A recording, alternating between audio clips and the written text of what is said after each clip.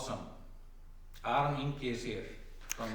He's a friend from a neighboring village. They have a great magazine, online magazine, that's highlighting all the cool, innovative stuff that's happening in Iceland outside of Reykjavik. And I told him that we would do this interview, so maybe he'll share it on his page. Okay, hi. It's urvör.is, check it out. I will check it out. Okay, so Tadzoka, welcome to Þingeyri. How has it been so far? Thank you for welcoming me. It's been amazing. This is, I think, one of the most beautiful places I've ever visited. It's cold. I know we're in the middle of summer, you know? I know you're in the middle of summer. I'm in my Icelandic sweater because for me it's still cold. But just beautiful, bright all day. The fjords are lovely. You know, it's a great place to be. So I've really had a wonderful time experiencing everything, eating the fish and seeing what the locals do. Yeah. So Tadzoka is with us because she initially didn't have time to do this interview, but luckily her flight was cancelled. Hi, Bragi. We are ground level, so we are visited by kids from Þingeyri. So Tadzoka missed her flight, so that's why she can be with her today. And that tells you a little bit about the transportation. Hi. Hi, Frosty. Ætlaðu að koma? So, yes.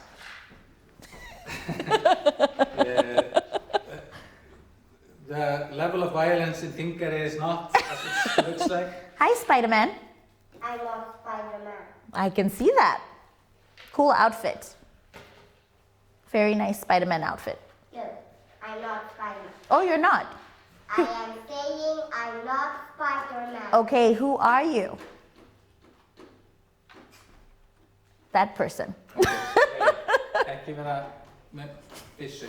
En strákar, þið verða eiginlega að fara út af því við erum að tala. Ég gleði mig. Já, en getið þið farið út? I'm robot. Ah, very nice to meet you. Strákar, ætlaðu ekki vera að leika ykkur inni núna. Frosti, Bragi, ekki leika inni núna. Já. Bye, guys. Bye-bye. Bye-bye. That was great. That was great. We definitely planned this. So, Impact Hub in Harare. Yes. This is the thing that you run. Yes. So, for somebody who hasn't ever heard about Impact Hub in Harare or even Impact Hub, what is it? So Impact Hub is a space and platform for social innovators. We focus on social impact projects across sectors, and we really work to bring together communities for change. In Harare, we work with a lot of startups, but also individuals and even nonprofits and any initiative that is focusing on doing something positive for the community. So, I mean, we have green projects, we have tech projects, we work with people in arts, culture, it doesn't matter. As long as you have something positive to bring to society and the community, then Impact Hub is a home for you. We have a co-working space as well, where people can actually come in and work from the space every day. And then we also have virtual membership because we do a lot of programming and events. So even if people don't want to work from the space every day, they're welcome to come in and out and feed in where they feel they would like to feed in, and also take advantage of the programming that's there, but also create the programming in the hub for themselves. So a lot of our initiatives are member driven. And what's wonderful about the greater Impact Hub community is, you know, I think there are about 100 Impact Hubs across the globe now, and it is a giant community of people who believe in a positive world. So it's great to be able to connect across continents and countries and share ideas and have people coming into the hub in Harare. But it's also great through the global passport to be able to walk into a hub in Berlin or in London and kind of share ideas and look at what other people are doing to further social impact across the globe. Mm-hmm. So I understand that you have a lot of programs at the Impact Hub in Harare. Mm-hmm. Can you name just 2 or 3 of them that? Okay. Yeah, that's difficult to choose 3. Sure, okay. What has been the most prominent in the last 2 weeks? Okay. Start there. Okay, that will make it easier. So the one that is currently ongoing that has really been moving fast and well is the Micro Workspace Program. This is a project in partnership with the UNDP and the Ministry of Women. And it's focusing on teaching urban unemployed youth digital skills. So they're learning to become developers, designers, data scrappers, all of that. And the goal is to empower them with that education so that they can import jobs, essentially. Because if you are a digital worker or digital nomad, you can be sitting in Zimbabwe and work for someone in Reykjavik or in China or in America. So this project is really powerful because yes, we're empowering them with technical skills, but also soft skills, giving them connections. Half of the class has already been hired on internships and actual jobs.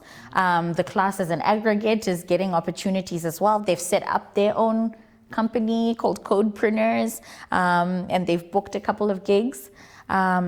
So it's really great. 70% of the class is women, young women, which is also fantastic because the technological field is usually male dominated these days. So it's great to see them taking up this opportunity so that they can really contribute to their own employment, but also their communities. A lot of them are taking care of, younger siblings, and their families are really looking at them to bring in income. So I think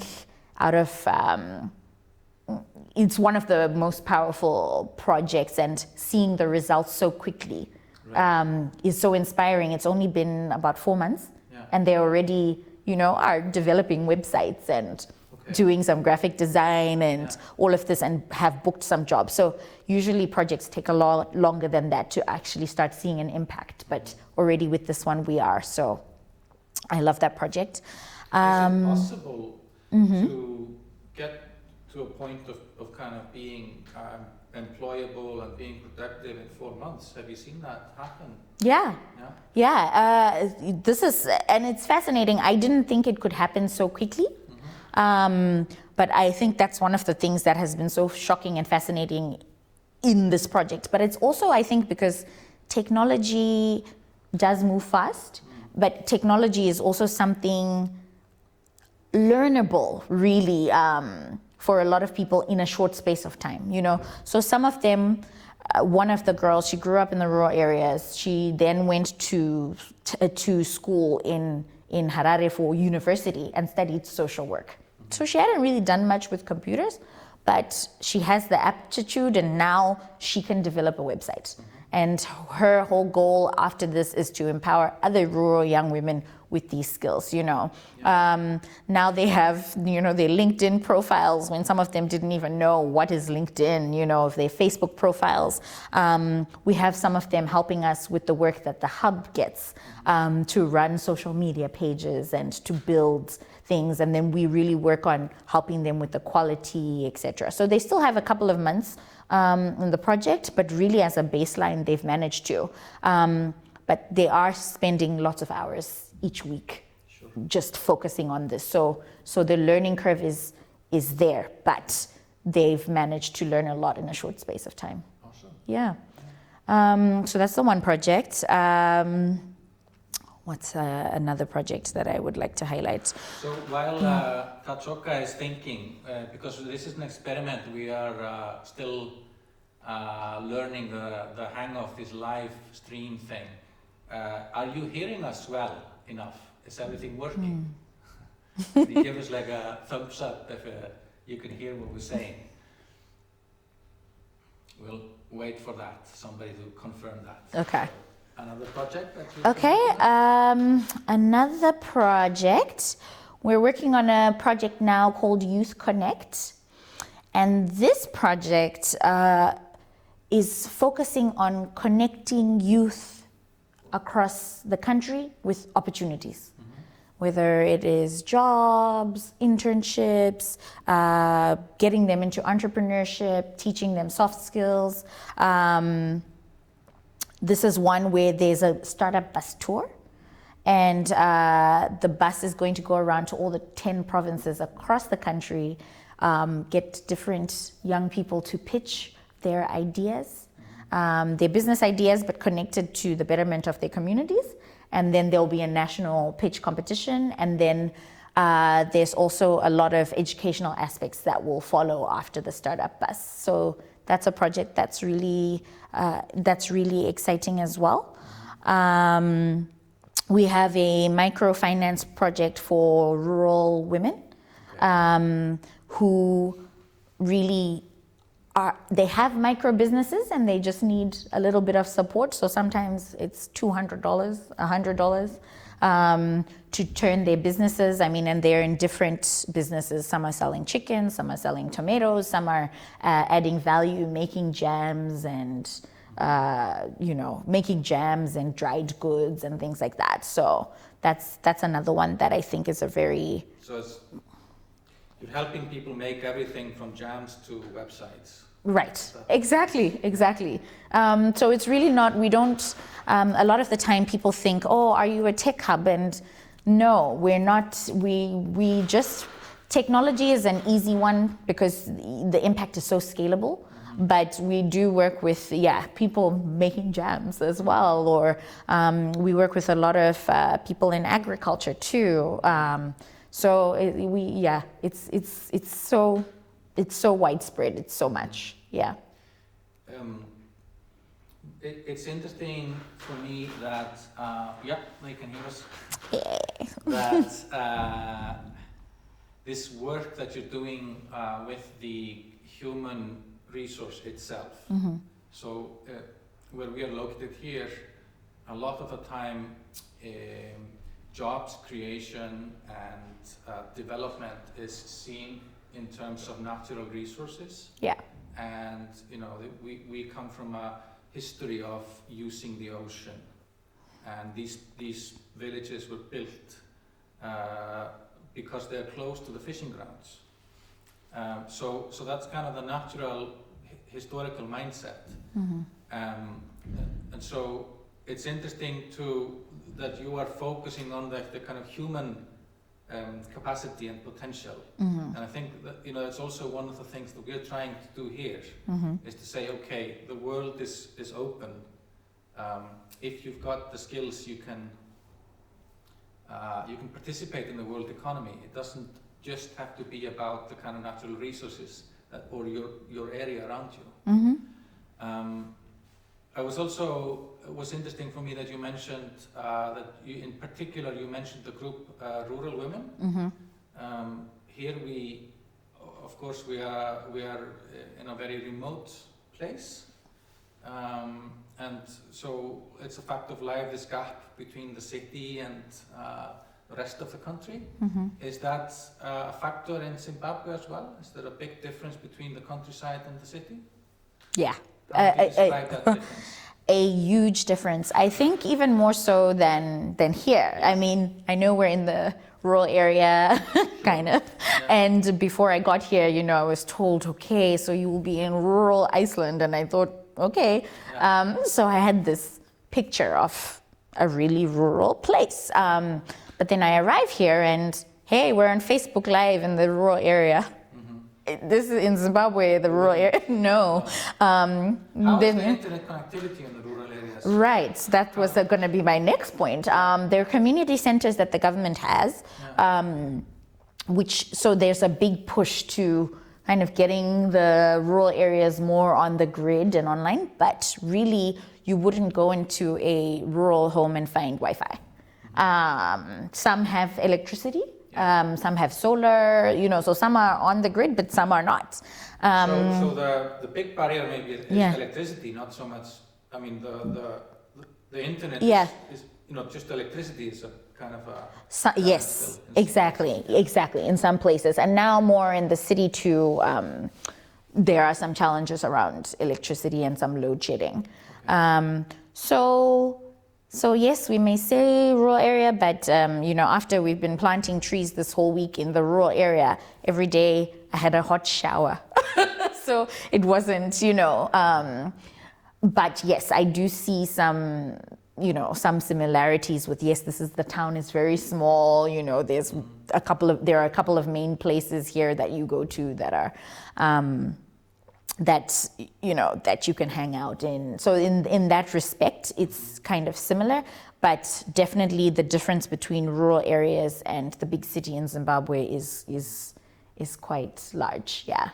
So I'm curious to ask you about a program I read about by Facebook called Free Basics. Mm-hmm. Have you heard about that? Yes. Is that operating in Zimbabwe?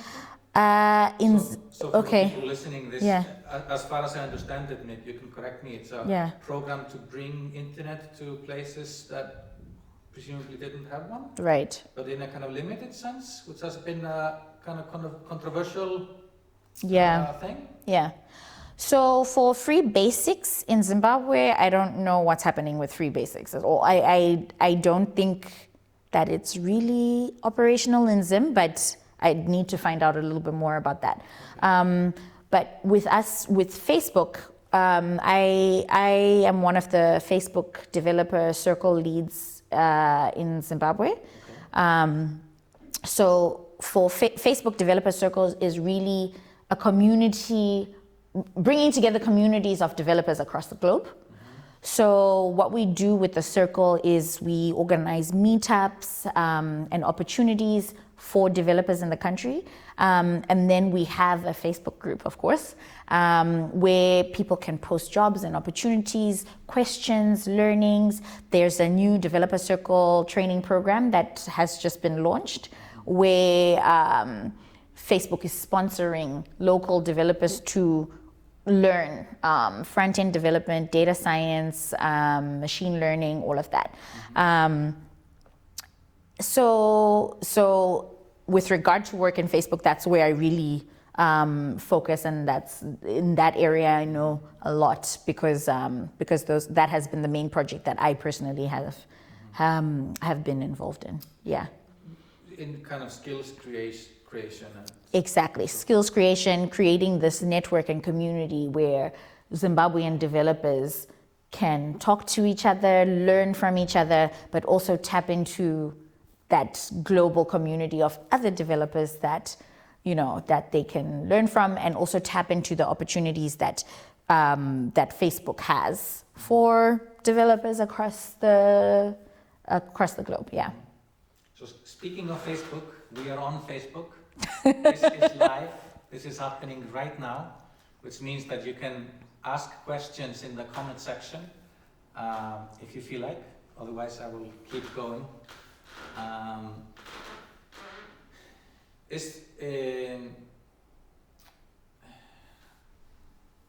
So what are the jobs that I'm interested in? The technology, kind of the creation of a technology ecosystem. Mm-hmm. And I'm also interested in how kind of talent and skills in themselves create opportunities.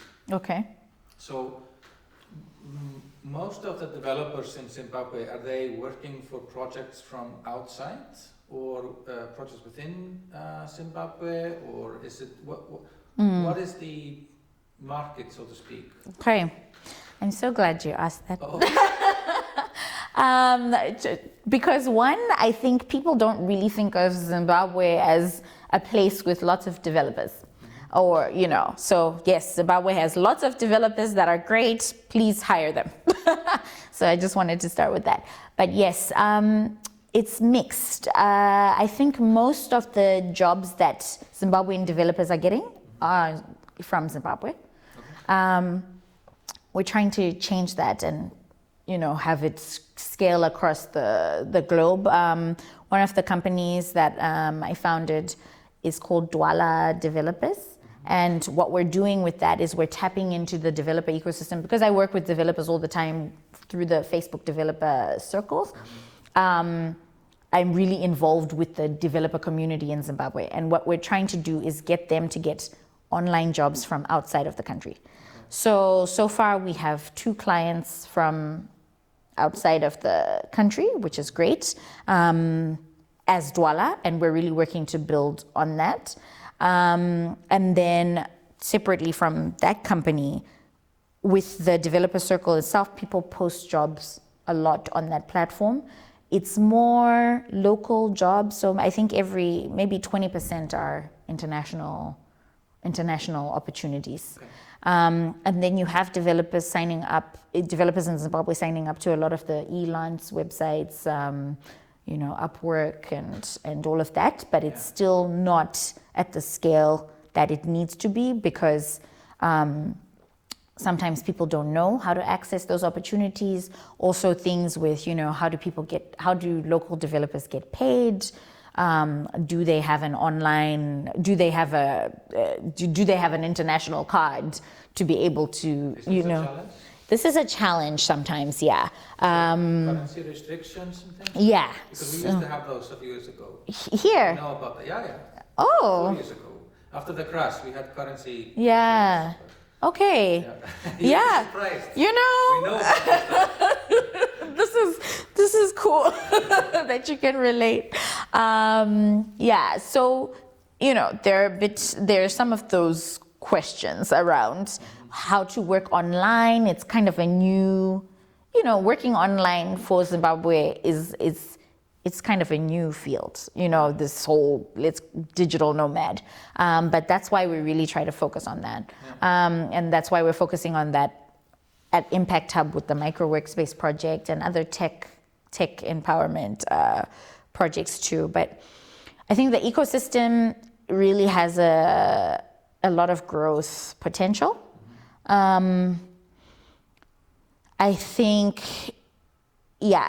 also sometimes issues around connectivity. Internet data is expensive. Okay. So, where there is access, this free code camp and all of these opportunities to learn, but you still need great internet to be able to access your courses and carry on. So also essentially we're trying to have the hub as a space where people can come to do their online courses and all of their online work, but it also becomes a challenge with regard to work. Because if you don't have power and you don't have Wi-Fi, how do you do the online work if you don't have a dedicated space to go to that is guaranteed to have a generator or solar or whatever it is, and good enough internet that you can do your Skype calls and you can run the social media pages and all of that. So this is just to contextualize kind of the environment. Infrastructural things that maybe in a place like this we wouldn't think so much about. Right. Although maybe more so in the Westfjords than anywhere else in Iceland. Yeah. But so there are basic infrastructure things in terms of the technology and the investment that is kind of needed still. Exactly. But the human kind of aspect of it, is there a lot of people who have access to university education? Are people be graduating? Yeah. So the human potential is there.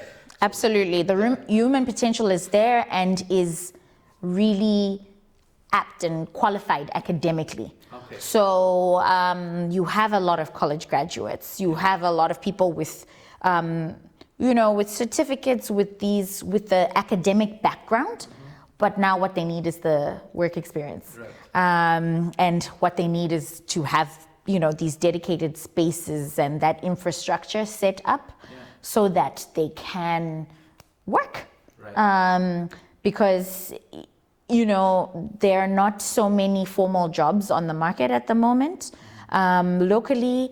And so I think the more we get people to start, the more we set up spaces where people can actually access the basic infrastructure they need to be able to work beyond Zimbabwe.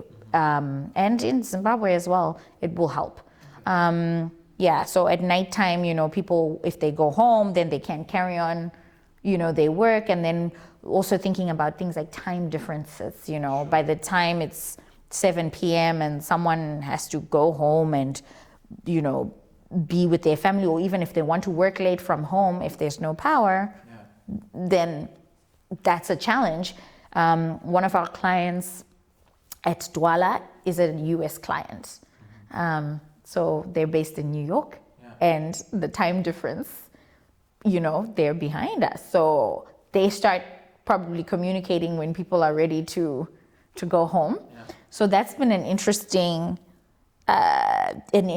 challenge to deal with. So in that context, we have things on deadline, but we try to really work way before the deadline so that we can get the work in. I was recently in Greenland. Yeah. In a small village called Narsak. Okay. And there they have been struggling with data, and it's very expensive. You don't have, until recently, flat fees. Okay. So, you have to be conscious online and everything. But there was one guy who works remotely who said, like, the time difference works in my advantage. Okay. Because people will say, like, is it possible for this to be finished by tomorrow? Okay. And his day is just starting, So people are very impressed that he can... that he gets it in so fast. Exactly. So he's working through the night, obviously. Yeah. In there. So in some cases you can use it to your advantage. Exactly. Yeah. But of course the basic infrastructure has to be kind of there. Absolutely. Yeah. Yeah. Although it's an interesting question to explore. How far can you go just with the human capacity? Yeah. How much do you need? Yeah. Yeah. Yeah, and I think it's because of some of these issues. I think people in Zimbabwe are ninjas, really, because you have to. I mean, you need to think about all of these things, and you still need to deliver the work that anyone anywhere else in the world will deliver. So I try not to think of them really as challenges, but as something to figure out, a workaround. I mean, Zimbabwe's got this, I don't know if it's just internal, but we're called make a plan people, because people will always, kind of figure out how to make a plan around whatever the circumstances. Right.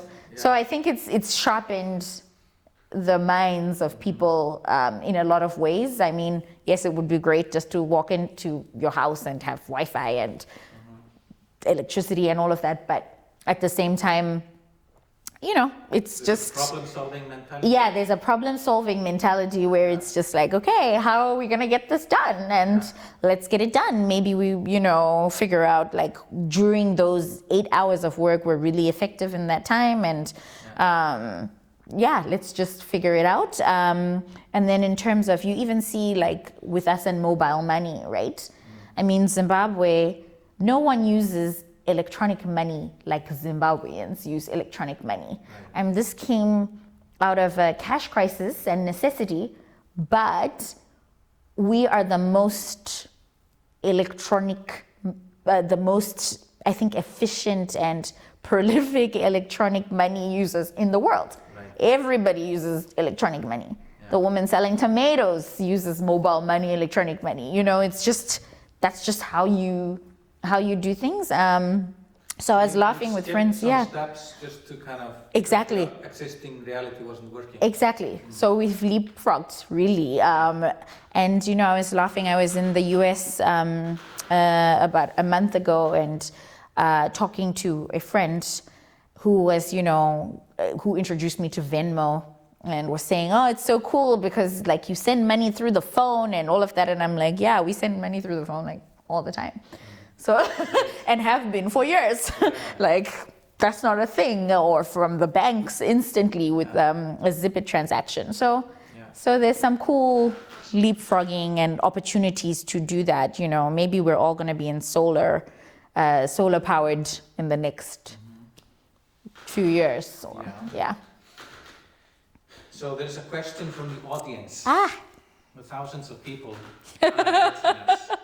So somebody missed the beginning and is curious what led you to be here in Þingeyri and the Blue Bank. Okay. So what's the connection? Okay. How did you end up here? Okay, so I dreamt one night that I needed to go to the Blue Bank and do a Facebook Live, and then I came. No. You all the way over here to be live on the internet. That's right. The internet is not that good in Zimbabwe. No, okay.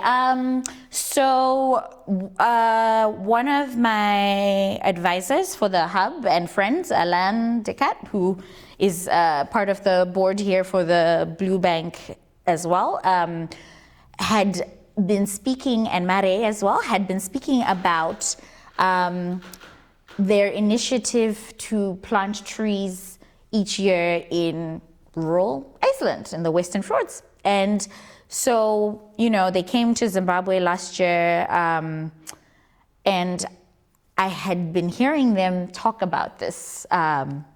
So first of all, I thought Iceland, that is so interesting to go to Iceland, never been.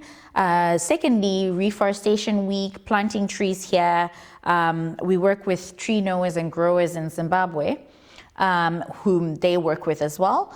So I thought it would be an interesting space to learn about tree planting, what it entails to physically do it, and to also be in a new space. And then, of course, we were connected a while ago as well through them and the Blue Bank, and so I jumped at the opportunity when it came out to be here. Yeah. Can you believe it? We've been talking for 35 minutes. Wow. So we've learned a lot about Zimbabwe, or some things, and the building of a kind of tech ecosystem there. What has been your journey into this role? How did you get to become the leader of the Impact Hub in Harare? Are you a tech person, or what inspires you about all this? Okay, so specifically on the tech side. On the building of a startup scene, of innovation, of being kind of an enabler for that. Okay. What led you there? So, a long and winding road. My background is I'm a development analyst, so I do a lot of development projects across sectors. I've done water projects, labor market assessments, electricity projects, and this is in different countries across the world. And so I've always been interested in development. I've also always been interested in business and the nexus of business and development, because I think there are issues with both sides when they are not overlapping. So a friend of mine, I used to volunteer with her organization. She works to empower women in tech. And she co-founded the hub with me, actually. And she said, oh, I've been hearing about Impact Hub. They have an Africa Seed program where they're looking at if people want to found African impact hubs. So let's look into it. So I looked into it. Initially, I was a little bit skeptical because I thought, is this a franchise? what is this Impact Hub thing, but was really attracted by the global connection and the social impact aspects. When I read more about it and found out that it's really a network and a community of change makers, and each hub has one vote, and it's kind of the opposite of the franchise, and that we co-own the network, I found it to be a really attractive idea and to be a really good meld of business and development.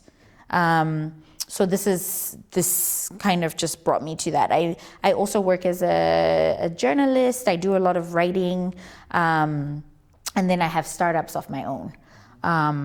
So this just seemed like such a good way to bring it all together, and to help other people who were exactly like me, with a platform, space to come and do what they need to do, people to network with and learn from, events and activities, and just create a space that feeds into the local ecosystem where people can come for help, inspiration for their projects.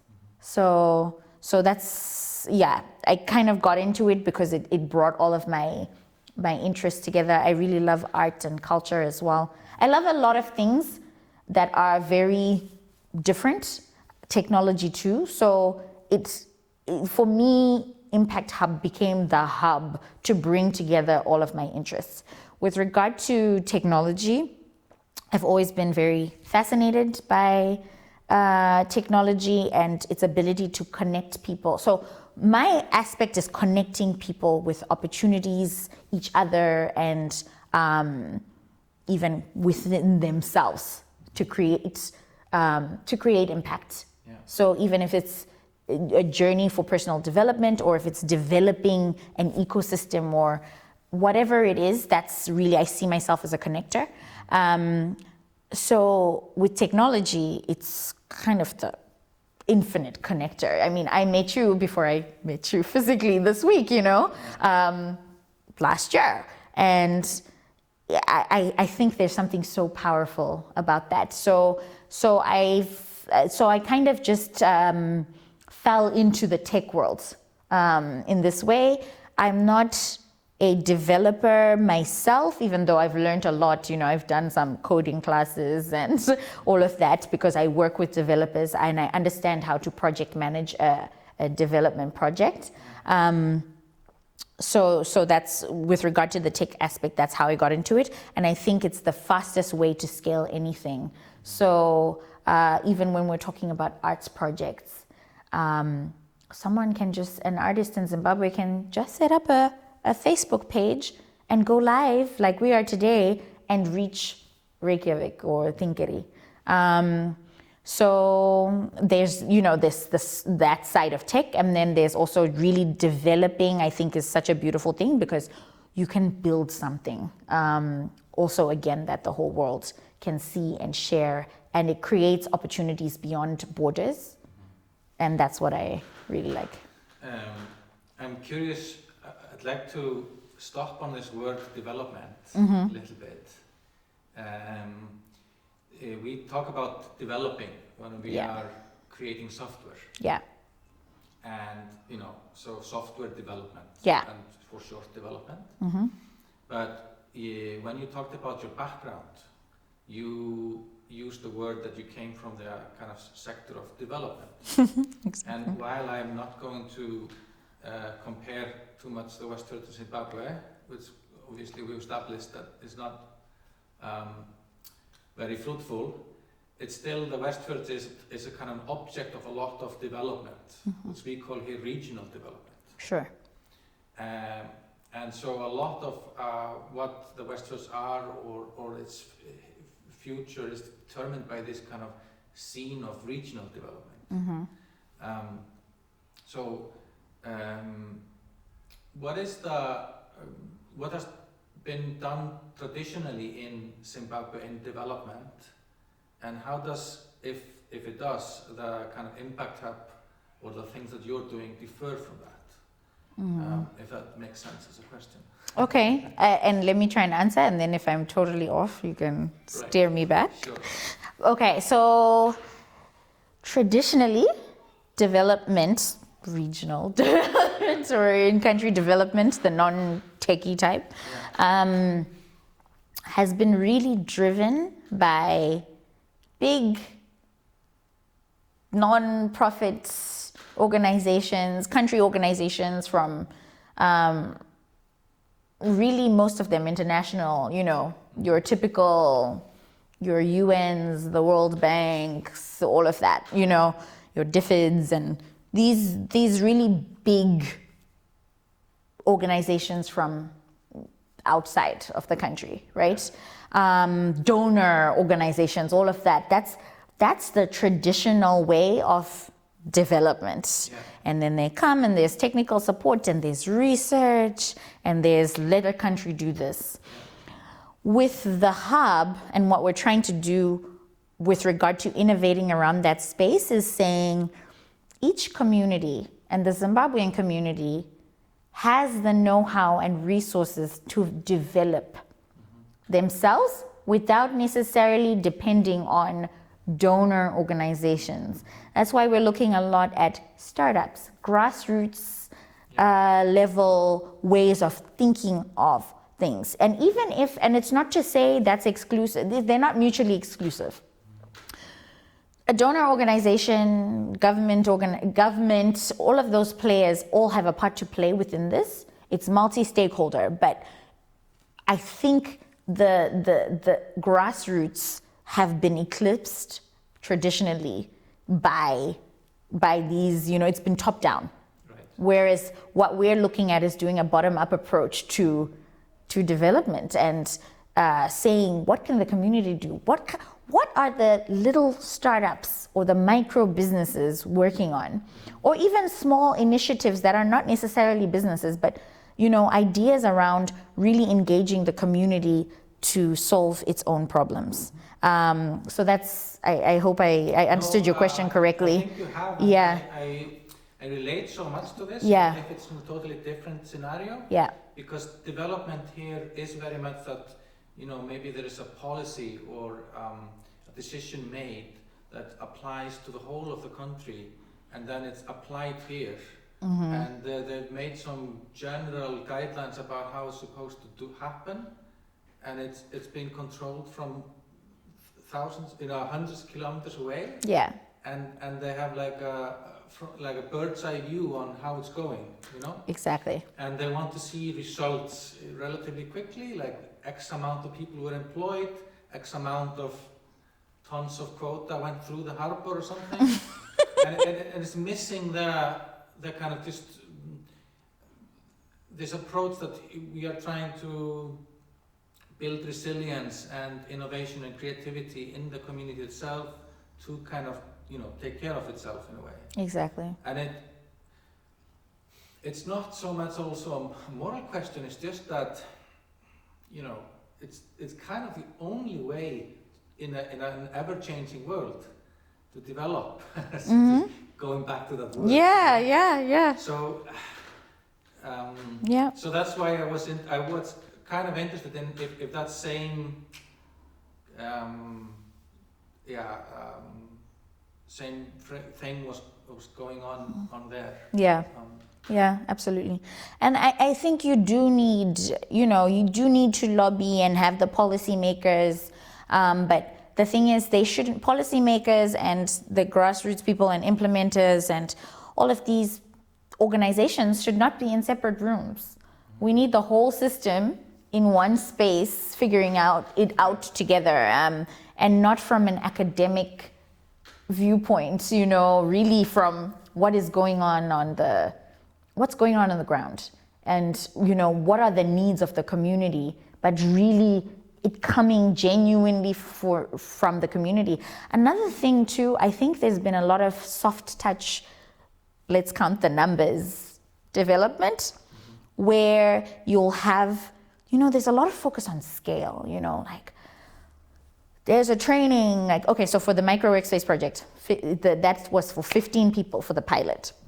Yes, we would like to scale to perhaps 100 the next time we do it, but it's not about saying, we've done 10,000 people in 1 month of something that's light touch that might not even do anything, you know? So I think there's an issue as well in the regional development world where you have organizations wanting to churn out these numbers, you know, for the impact measurement. That's like, we've trained 10,000 people. And the training for the 10,000 people was maybe some 5-minute thing and people just signed up. But what can they do? What is the real value? What have you added to their lives? Because if you just say we've touched 10,000 people and it's a light touch where they can't do anything, it's not scale. It's a fake sense of scale. Well, this comes because of the disconnect between the community and the decision makers, right? So if you are so far attached from it, let's assume that the decision makers have a good intention. Right. So, but if you're so far attached to it and somebody will feed you a number that seems impressive, that's what you'll go by, you know? And the other challenge I find is that any change that's worth anything often takes a lot of time. I mean, yes, you trained all these people in 4 months, which is impressive, but at the same time, you know, if you want to make, you know, on the surface, quick changes, and versus you want to make kind of structural changes over a long time. Exactly. And this is part of the thing. Like these ones in 4 months, this is what they can do, but their training is ongoing, and it's not a large number initially, you know? And I think there's also something to that of, let's train people who can then cascade this training or the value to more people. Okay. So really also when we look at initiatives to incubate, we try to incubate people who already are going to do something with maybe 10 other people, 20, 30, 100. Right. So we look at what they're doing and say, okay, so this is really growth hacking. Yeah, you know, so this is really scalable, but this person needs, this one person we support is looking to support 20, and they really need such and such an input to be able to support those 20. So we're not necessarily, I mean, sometimes we do direct programming ourselves, but with our members and the community, we are trying to support the ones who will support those others, and then hope that it just, you know, has a ripple effect in the community. Yeah. Awesome. So most of us won't have a chance to go to Zimbabwe and visit your hub in Harare. If we were sitting there right now, or let's say on a weekday, can you paint us a picture of what it's like? What is this house? Does the space work? Who is coming in and out? You know, what's happening? Okay. So actually there were people in today. But yeah, it's located close to the CBD in an area called the Avenues. And it is a converted house. Really lovely space with, there's a pool and some grass and just spaces to convene. And our kitchen, and I will do a live for you walkthrough when I get back to Zimbabwe so that you can see. And on a typical day, so we've got members who work consistently from the space. We have a fixed co-working area where members who want to come back to their exact desk every day sit. What are some of the things these team members are working on? Okay, so we have ones in advertising, we've got ones in agriculture where they're trying to connect smallholder farmers with investment. We've got members in finance. We've got members who do online kind of lessons on just different areas of business. We've got members who are in the arts, musicians, all kinds of people. We've all kinds of age groups. We have, you know, members who are pioneers of the organic movement in Zimbabwe and are really trying to push organic food production. So it's really a hodgepodge. And so, and then we have, general co-working members, and then we've got office spaces too. We've got an organization that works with girls paying school fees for girls, and they're a nonprofit, and they look for people to contribute to putting a girl through school. Rural development organization. So really a mix. There's not one sector, which is very exciting because you have so many different, yes, people are like-minded, but they're also not, which is very exciting because you get these crazy lunchtime debates about the most random topics every day. We have a chill room, and every time you go into the chill room, people are arguing about the not so chill, but it's, it's nice because you get all these discussions and people push each other, people ask each other for help. So it really is a great community. And then we have, so on a typical day, we also have virtual members who can come in whenever they want to as well. And then we always have things going on. So we have in one room, the micro workspace project lessons are going on. In another room, there might be a talk about something. Each week we have members host a kind of a viewing of a TED talk or talk that's inspired them.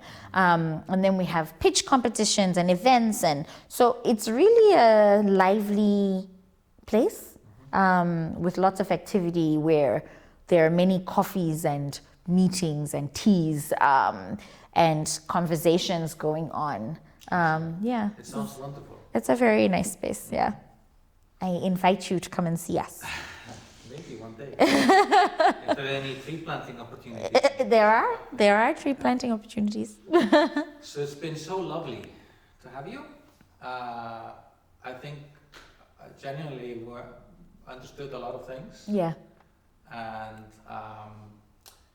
for those of you watching on a Sunday afternoon, it's a lovely weather outside. So probably shouldn't be on Facebook, but it was nice to have you. We're going to try to use this method to give people a glimpse of the kind of people who are coming to the Blue Bank, since not everybody is in Þingeyri. And so watch this space, and hope you enjoyed it, and thank you very much. Thank you very much, and thank you guys too.